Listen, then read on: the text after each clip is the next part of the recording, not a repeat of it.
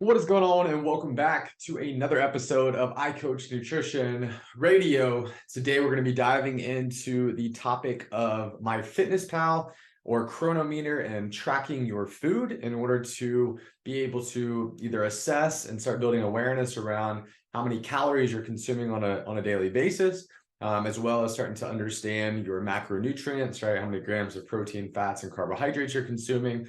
You can also look into other things like how many grams of fiber and how many grams of sugar you're consuming on a daily basis. You can also look into your micronutrients, right? Really being able to start to understand, how much or how many, vitamins and minerals you're consuming on a daily basis. So I'm going to, you can look at it from many, many different ways here in terms of the tracking app. But specifically, what I want to dive into today is what are the most common mistakes that I see with people who are using these free apps to track their food, or not free app if you're using the premium versions, which, by the way, you don't really need to use that or pay for that. But that's beside the point. These are going to be some of the most common errors that I see with tracking, which lead to issues when it comes to understanding how many calories you're consuming on a daily basis. I would argue that 99% of clients, when I first start with them and they do an initial assessment where I have them track their food to the best of their ability on MyFitnessPal or Chronometer for a 7-day period of time, on average, what I see is about a 500 to 1,000 calorie discrepancy in how many calories clients think they are eating versus how many calories they are actually eating. All right. And so what I'm going to dive into here is some of these macro tracking errors that could potentially, either slow or halt your fat loss progress. All right. So I basically made a list here of 9 different items, and I'm going to kind of go through each one of these so that you aren't making these mistakes and so that you are actually getting the results that you should be getting as a byproduct of your efforts in tracking on these tracking apps, rather than getting frustrated and wondering why you're not getting results. All right, so number 1, forgetting to track your cream/sugar in your coffee. All right, so this is something that's super common, right? If you're somebody that is a coffee drinker, you need to make sure that you're tracking things like cream or sugar in your coffee, right? These things have calories. And these things add up, especially if you're having multiple coffees a day or multiple coffees a week, right? And so you need to make sure you're tracking both your cream and your sugar in your coffee. All right, number 2, you need to make sure that you are actually measuring, right, or weighing your food in grams or ounces on a food scale versus just measuring them in tablespoons or cups, right? It's going to be a lot more accurate if you're actually using a food scale and weighing your food in comparison to if you're just using measuring tools or even just guessing completely, right? If you're just eyeballing things or guessing and you're not actually measuring, right, or more importantly, actually weighing your food, then your entries are going to be extremely inaccurate. Yeah, sorry, I have something in my eye here. Okay, so that's number 2. Number 3 is going to be forgetting to track dipping sauces, right? Dipping sauces, or this could be things that you're using in a recipe, right? You have to remind yourself that anything that has calories in it needs to be getting logged, right? Because these unaccounted for calories, they add up, right? And again, like, these things add up over time with meals and with days. And if you're not tracking these things, then you're doing yourself a disservice. All right, number 4, not tracking alcohol correctly. Okay, so a lot of the times clients don't even track alcohol at all. We've got to remember, alcohol definitely has calories in it, right?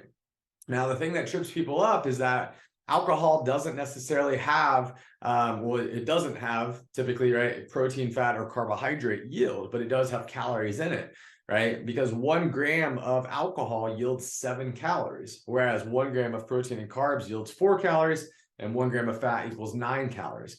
So there's many different ways to go on about tracking your macros when it comes to alcohol. I'm not going to go into the nuances of that right now. I just want you to be reminded that you do need to be tracking your alcohol, and at least at a bare minimum, being able to track the calorie aspect of alcohol. All right, number 5, not accounting for cooking oils and butter. Okay. you have to realize that if you are using an olive oil or this or that, right, cooking oils there, especially when you're going out to eat at restaurants, right? These things have calories in it, right? Let's say, for example, I used, a tablespoon or two of olive oil at breakfast, lunch, and dinner to cook the meat that I was using at each one of these meals. That could potentially add up to 300, 400, 500, 600 calories that you're not being accounted for. I firsthand saw somebody recently who was cooking eggs, and they use a half a stick of butter to, again, create like an oil there in the pan to then put in the eggs so the eggs wouldn't stick to the pan. And they never accounted for the butter whatsoever. A half a stick of butter yields a significantly high amount of calories. And if you're not logging the butter or logging the oils that you're using to cook food, or if you're not, realizing that every restaurant that you go to is 100% using cooking oils and butters to cook your food, and you're not logging that, then again, you are going to be very inaccurate with your food log. Okay. All right, number 6, too much guesstimating, right? And so what this means is that you're not weighing your food, you're not measuring your food, right? You're literally just guessing, right? If you go into MyFitnessPal and you put a medium apple versus actually weighing the apple in grams and putting, 100 grams of green apple, then again, you are going to be extremely inaccurate with your entries. You can't just guess. Not all hamburgers are created equal. Not all pizzas created equal. Not all pad thai and all these different things at restaurants are created equal. In fact, one of the best ways for you to log your food when you're going out to restaurants, if they don't already have the nutrition facts, is to make sure that you're actually breaking the meal down completely. You need to log each ingredient separately rather than just logging some generic entry. I could choose a hamburger that has 250 calories, and that hamburger is actually 1,000 calories.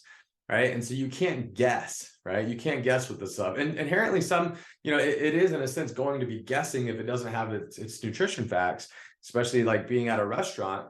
But again, this is where working with a coach one-on-one can really help you with that. In fact, clients I work with, I have them simply just take a picture of their meal, text me the picture, and then I help them log that into MyFitnessPal. Even though we are guessing, at least they're able to learn from my estimate versus them just guessing themselves, and we're able to start getting them more and more inaccurate with logging their food there. All right, next up, relying on recall, right? So what this means is you're not actually logging your food throughout the day. You're getting to the end of your day and you're trying to remember what you ate that day, right? And then you're trying to log it in. Or even worse, you forget to log a day and you're trying to go back to yesterday and log your food that way, right? Like, you're going to forget. You're not going to be able to remember everything that you're eating, and therefore, relying on recall is going to lead to macro tracking errors. All right.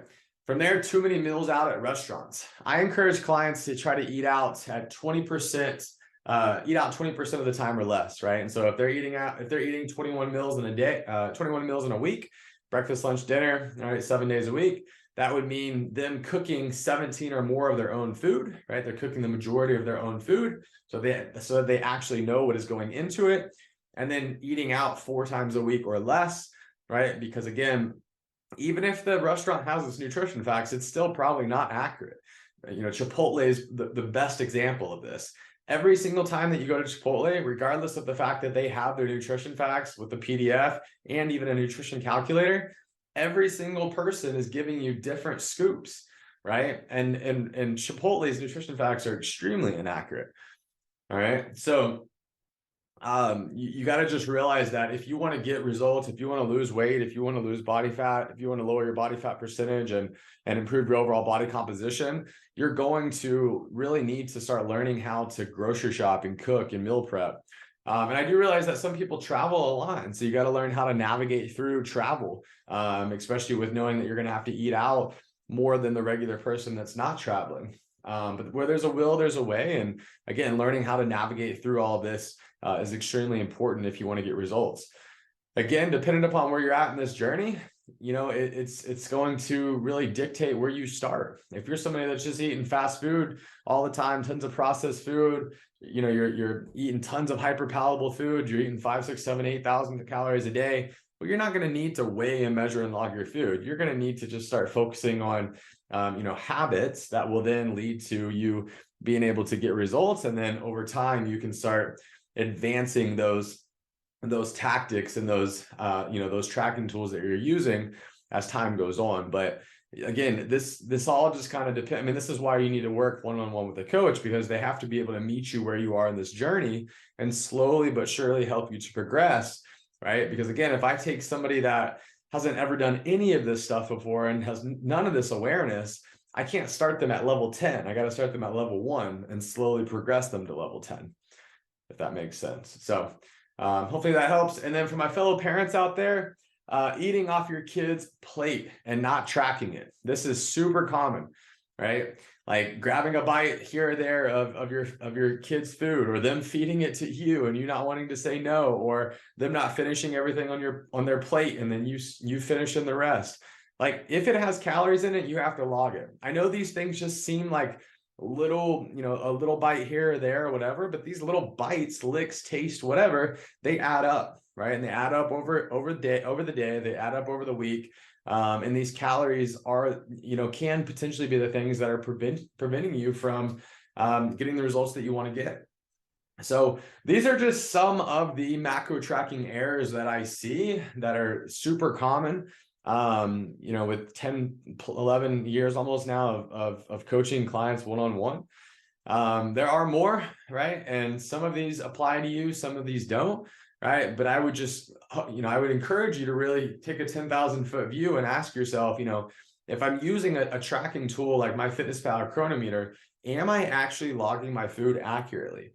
And if I'm not, then is this tool actually serving me, right? And so I would encourage you with, ask questions through this platform here, or hire a coach to help you learn how to actually build that confidence and develop the skill set that it takes to be able to actually log your food accurately. Because if you're not logging your food accurately, then, what's the point of even doing it in the first place? So with that said, I hope this helps. Hope this adds value. If you have any questions at all, please let me know. And hope you'll have a great weekend. Until next time, see you guys. Bye.